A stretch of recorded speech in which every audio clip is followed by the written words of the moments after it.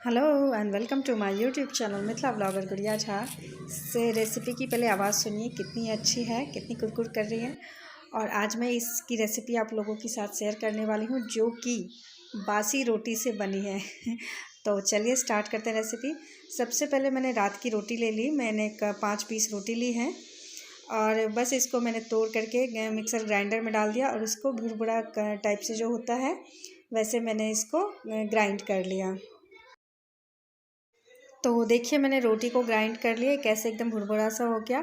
और उसके बाद मैंने 4 से 5 स्लाइसेस जो हैं ब्रेड के लिए हैं और उसको भी मैं इसी तरीके से ग्राइंड कर लूँगी। तो इसी तरीके से देखिए रोटी का ग्राइंड किया हुआ और ब्रेड का ग्राइंड किया हुआ, इन दोनों को मैंने मिला लिया।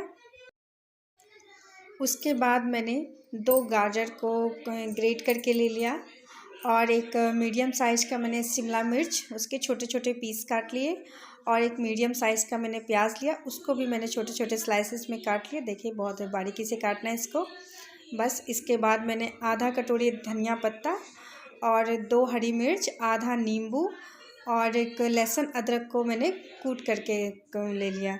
बस इतनी सारी चीज़ें लेनी है। और हाँ, 4 मीडियम साइज़ का आलू, जिसे उबले आलू को मैंने अच्छे से ग्रेट करके इसको भी ले लिया।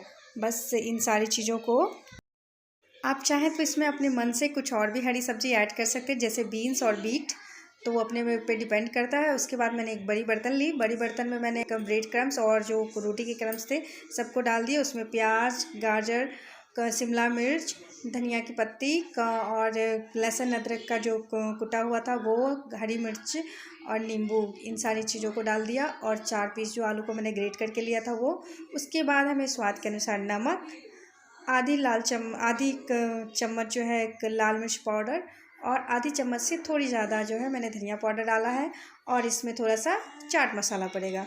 बस इन सारी चीज़ों को जो है बहुत अच्छे से मिला लेना है। इसमें पानी की बिल्कुल भी ज़रूरत नहीं पड़ती है, ये इसी से मिल जाती है, आलू और हरी सब्जियों से।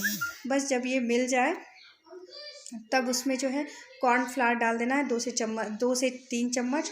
अगर कॉर्नफ्लावर घर में नहीं है तो आप मैदा और बेसन का यूज कर सकते हैं। बस इन सारी चीज़ों को जो है मिला लेना है, जब तक कि बर्तन और हाथ ही नहीं छोड़ देते तब तक इसको मिलाते रहना है। फिर मिलाने के बाद इसको जो है 10 मिनट रेस्ट करने के लिए छोड़ दें। थोड़ा कड़ा रहता है लेकिन बहुत अच्छा होता है ये।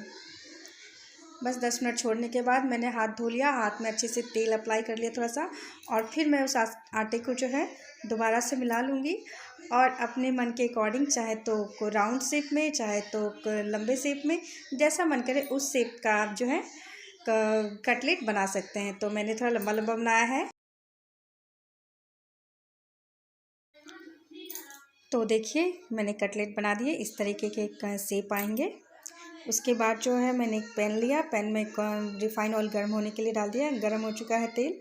आप चाहें तो इसको डीप फ्राई भी कर सकते हैं या सेलो फ्राई भी कर सकते हैं, मैंने सेलो फ्राई किया है।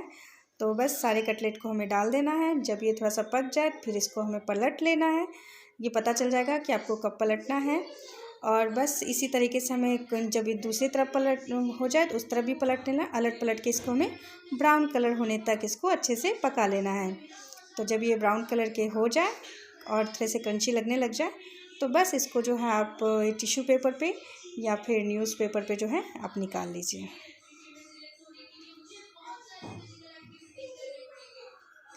इससे क्या होगा कि तेल जो है वो सारा न्यूज़पेपर जो है ऑब्जर्व कर लेगा।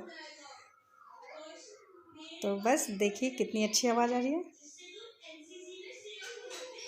तो हमारा कटलेट जो है वो बनके रेडी है। अब इसकी प्लेटिंग कर लेते हैं। बहुत यम्मी था। तो ये कटलेट जो है आप अपने गेस्ट को भी खिला सकते हैं, न्यू डिश है, मॉर्निंग टी के साथ भी खा सकते हैं और इवनिंग स्नैक्स भी बना सकते हैं। तो आशा करती हूँ आप लोगों को वीडियो अच्छा लगा होगा तो please like, share and subscribe कीजिएगा। मिलते हैं नेक्स्ट वीडियो में, तब तक के लिए थैंक यू, बाय।